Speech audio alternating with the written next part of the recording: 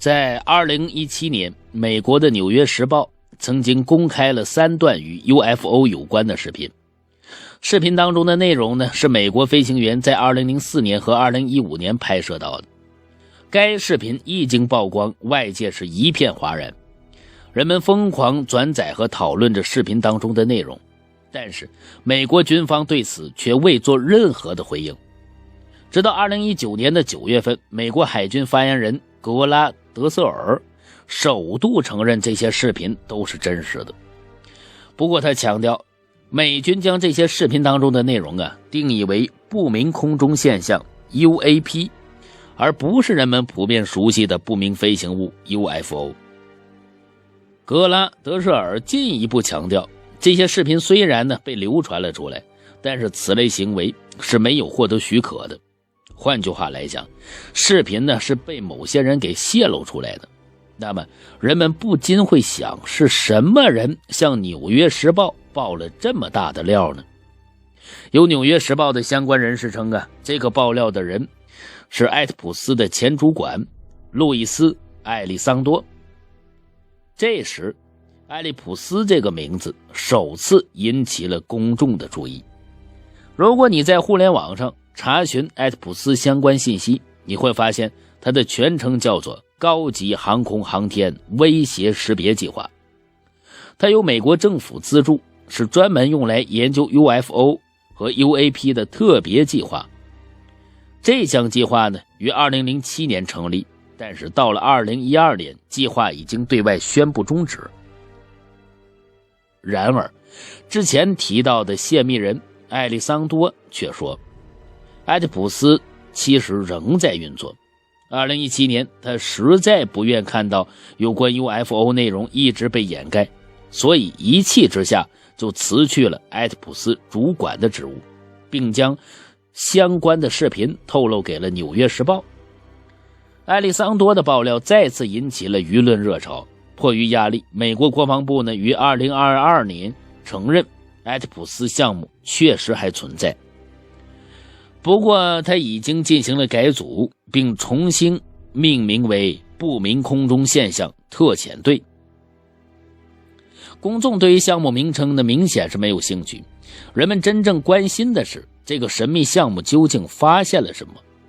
英国太阳报依据信息自由法案督促美国国防部解密艾特普斯内部文件。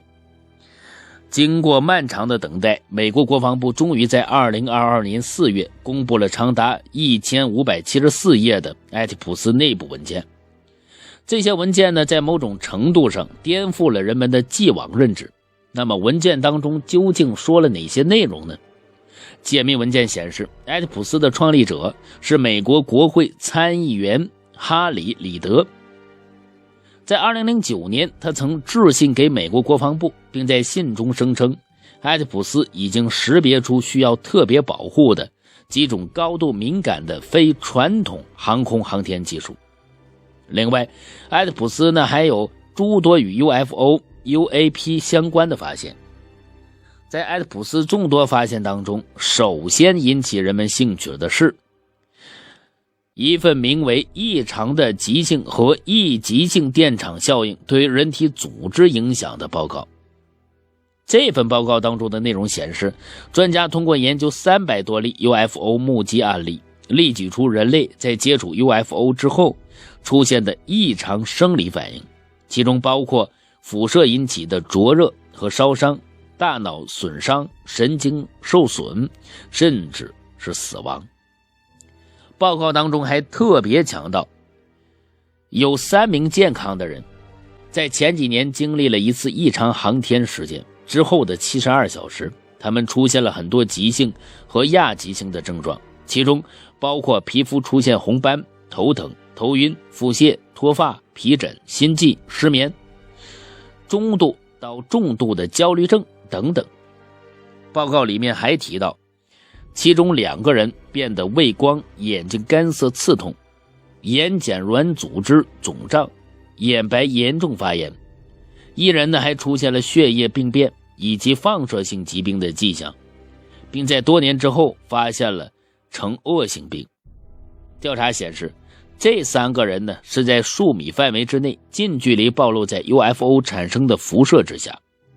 因此才受到了严重的影响。事实上，在其他 UFO 的目击案例当中，与 UFO 有过远距离接触的人并未出现在严重的身体异常，但是他们大多数出现了与电磁辐射有关的生理损害，这显示出 UFO 释放辐射是一种普遍现象。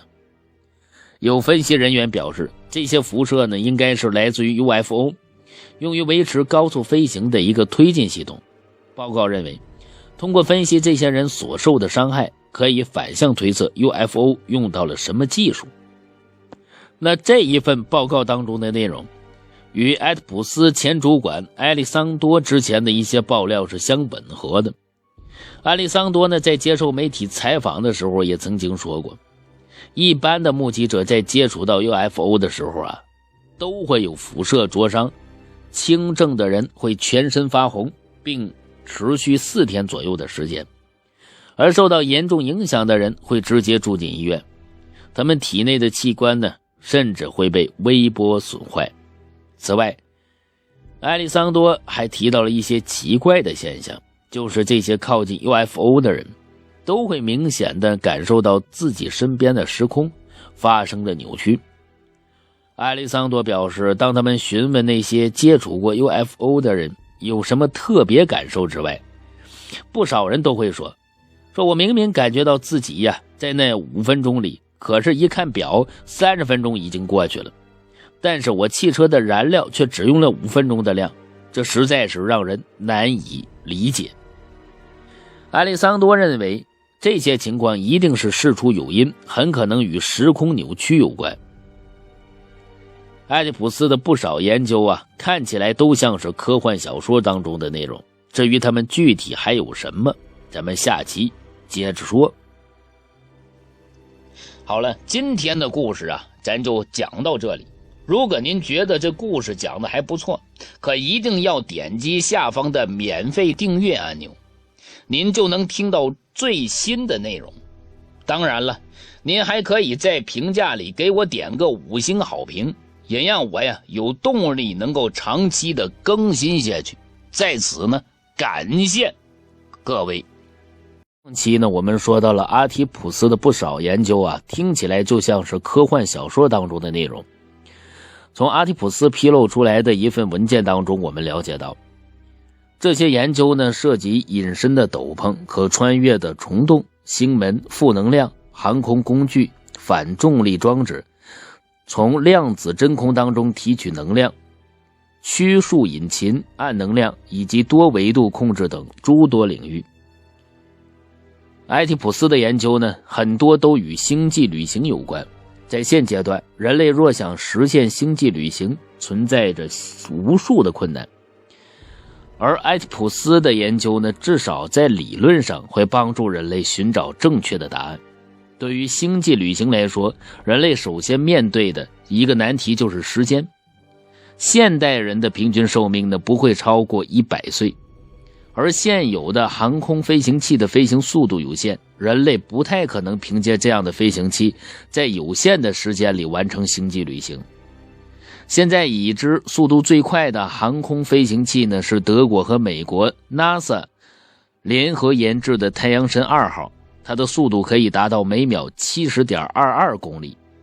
假如我们以这个速度飞行距离太阳系最近的恒星比邻星的话，即便是单程也需要花费18260年，比邻星距离地球大约有着 4.2 光年，而1光年就等于 9.4 兆公里。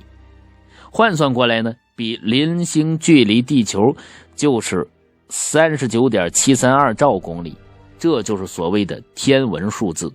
很明显，靠着太阳神2号这样的飞行器，人类没有办法到达比邻星。那是否拥有一架速度更快的飞行器，人类就可以实现星际旅行了呢？若是飞行器的速度达到了光速，人类岂不是在 4.2 年里就可以到达比邻星了吗？很遗憾，事情远没有表面看起来那么的简单。爱因斯坦在相对论当中提出了一个时间膨胀的问题，一个物体运动的速度越快，它所经历的时间流速反而越慢。换句话讲，假如有一个人以光速飞行的飞行器当中待了几天，那么在这个飞行器以外的环境里，时间可能已经过去了几万年。因此呢，就算人类可以搭乘光速飞行器顺利往返地球和比邻星，可等它结束旅行的时候，地球恐怕早已是沧海桑田，物是人非了。这便让星际旅行失去了意义。想要完有意义的星际旅行，势必就要采取其他的手段。而埃提普斯给出的答案就是虫洞和星门。虫洞呢，也被称作是爱因斯坦罗森桥，是指在宇宙当中可能存在的一种连接两个不同时空的狭窄的通道。爱因斯坦和纳斯罗森在研究引力场方程的时候，曾经提出一种假设，他们认为黑洞与白洞有可能是透过虫洞来连接彼此的。黑洞被科学家呢视作是一种天体，目前已经被人们成功的观测到，它附近的所有的粒子甚至是光都会被它吸收。而白洞呢，还是一种理论推测出来的时空区域，科学家认为物质和光线都无法进入这个区域，但是白洞呢却可以向外放射物质和光线。黑洞和白洞的性质相反，而虫洞呢就是二者之间的桥梁。爱因斯坦和纳斯罗森认为，宇宙当中的生命可以通过虫洞来完成超光速时空旅行。在埃提普斯的研究当中，则进一步提出了两种形式的虫洞，其一是连接不同宇宙的虫洞，其二就是跨越同一宇宙当中的虫洞。这两种虫洞都被称为漏斗型虫洞。在这种虫洞的基础之上，埃提普斯认为人类可以创造一种特殊的虫洞来连接两个不同的时空。这种虫洞呢，它就好像是一扇门一样，人类只要是打开它，就可以瞬间进入另一个时空。因此呢，它被埃提普斯形象地称呼为星门。埃提普斯呢，还对于人类穿越星门后的景象进行了设想。报告当中详细地描述到，一个人在穿越星门之后，从另一端向后看，就会看到入口处的画面变成了整个宇宙，或者是靠近地球的太空区域。它看上去呢，就像是圣诞树上的玻璃装饰品，有一个球形面的反射，反射的范围几乎是覆盖了整个宇宙。有了星门之后，人类就可以自由地穿梭于宇宙当中的任何地方。这个设想呢，令人兴奋。可要如何实现呢？埃提普斯的报告当中进一步指出，只要人类找到负物质，获得负能量，就有可能让星门的设想成为现实。所谓的负物质，就是指具有负物质和负能量的物质。我们一般认识的这些物质，其质量都是正数。比如一块石头的质量可能为3000克，假如这块石头由负物质构成，那么它的质量就会变成负3克。这种负物质呢，不会受到重力场的吸力，反而会被排斥，这就让负物质有了反重力的特质。到目前为止，人类尚未发现真实的负物质，但在一些实验当中，科学家却证实了负能量的存在。在卡西米尔效应实验当中，当两块中性不带电的金属片距离很遥远的时候，它们所产生的能量为0。它们彼此靠近的时候，我们能从中吸取能量，而此时金属板的能量就是负值了。负能量的存在呢，也间接证明了负物质存在的可能性。在研究星门的同时，埃提普斯又研究了另外的一种可能应用于星际旅行的方法，那就是曲速引擎。关于曲速引擎的具体内容，咱们下期接着说。好了，今天的故事啊，咱就讲到这里。如果您觉得这故事讲的还不错，可一定要点击下方的免费订阅按钮，您就能听到最新的内容。当然了，您还可以在评价里给我点个5星好评，也让我呀有动力能够长期的更新下去。在此呢，感谢各位，在埃提普斯的众多报告当中呢，有一篇报告的标题为曲速引擎、暗能量和更多维度控制。报告当中写道，如果要在人类寿命的时间范围内真实的接受星际探索的概念，那就必须对传统的航天器的推进方法进行重大的改变。而埃提普斯提出的改变就是所谓的曲速引擎。美国系列的科幻电影《星际迷航》曾向观众们展示过曲速引擎。一架装载着曲速引擎的宇宙飞船可以用超过光速几个数量级的速度来进行航行。同时呢，它还可以回避相对论当中的时间膨胀问题，让星际旅行变得简单而又轻松。那么在现实生活当中，人类真的可能造出这样曲速引擎吗？其实早在1994年，墨西哥的一位名叫米给尔·阿库别瑞的物理学家就给出了答案。阿库别瑞认为，如果宇宙飞船能处在一个特殊的曲速泡中，就有可能在超光速运行的状态之下回避掉相对论当中时间膨胀问题。这是因为曲速泡内的空间是平直的，宇宙飞船呢在泡泡当中并不是真的在移动，而是由泡泡在带着走，所以它不会违反广义相对论。物体速度呢不可以超过局域光速的限制。按照曲速引擎的概念，这个泡泡呢是通过收缩前方的空间，在飞船后部延展的方式，从而使飞船实现了超光速飞行。这就好比在一张白纸的两端各画一个点，然后通过挤压白纸的方式让这两个点重合，从而缩短两点之间的距离，以便让物体得以在两点间实现超高速移动一样。那曲速引擎的概念呢，听起来同样也是令人兴奋，但是想要制造出曲速引擎，仍然需要用的负物质和负能量。由此可见呢，让人类实现星际旅行的关键就在于负物质和负能量上。对此，埃提普斯呢也进行了相关的研究。在一份名为《负质量推进》研究报告当中，埃提普斯提出，他们已经在宇宙当中寻找到可能分离出负物质的地方了。他们认为这种物质倾向于在星际的中心附近聚集，或者是在宇宙当中具有大引力示井的地方。埃提普斯呢进一步提出，人类可以将月球当作试验场，用一系列核爆物质去炸月球，就有可能制造出大引力示井。这样的观点呢，看起来似乎呢是略显疯狂，但是伟大的科学进步呢，从来都是以超越普通人认知的方式来诞生的。因此，谁要敢说炸月球这种事情在未来真的不会发生呢？倘若它真的发生了，也就能说明人类距离实现星际旅行又真的近了一步。另外，埃提普斯呢还做了一些更令人匪夷所思的研究，比如多维度控制。众所周知，我们所生活的世界呀是一个三维空间，而埃提普斯认为呢，宇宙当中在三维空间之外还存在着四维空间、五维空间，甚至是更高维度的空间。在低维空间里生存的生命呢，没办法感受到高维空间的存在，而在高维空间生存的生命眼中的低维世界没有任何秘密，就好像一部画在纸上的漫画，漫画当中的人物处在二维空间里，因此呢，他们无论如何也感受不到身处三维空间的我们。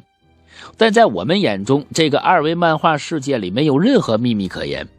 我们一眼就可以将这个世界看穿。同样的道理，对于身处三维世界当中的我们呢，根本就没有办法感受到四维世界的存在，而生存在四维世界当中的生命呢，就可以随意的操纵我们的世界。高维生命呢改变低维世界，就像我们可以随意改变二维世界当中漫画人物的命运是一样的简单。所以人类若是能够进入到四维世界，那对于生命本身而言将是无与伦比的飞跃。那么我们有办法真的就能做到这一点吗？埃提普斯认为，四维世界当中并没有三维空间当中的引力，所谓组成三维世界的原子核间的引力，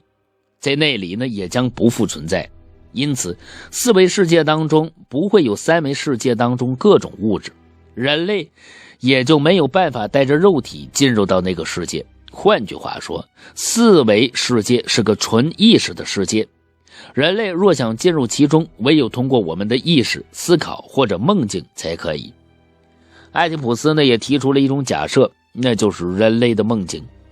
在某种程度上很可能接近于四维世界，因为人类在梦境当中基本上突破了三维世界中所有的规则，那里没有引力，人们可以想飞就飞，甚至时间的限制也被突破。爱迪普斯认为四维世界或许就是这个样子，只不过这种猜测还需要找到实实在在的证据去验证。上述内容已经足够是令人们惊讶，但是按照爱迪普斯的创建者李德生前的说法，这些内容呢只是爱迪普斯全部研究的冰山一角。爱迪普斯内部还有大量研究内容没有被公开，也许在未来这个组织还会告诉我们关于这个世界的更多秘密，就让我们拭目以待吧。好了，今天的故事啊咱就讲到这里。如果您觉得这故事讲的还不错，可一定要点击下方的免费订阅按钮，您就能听到最新的内容。当然了，您还可以在评价里给我点个5星好评，也让我呀有动力能够长期的更新下去。在此呢，感谢各位。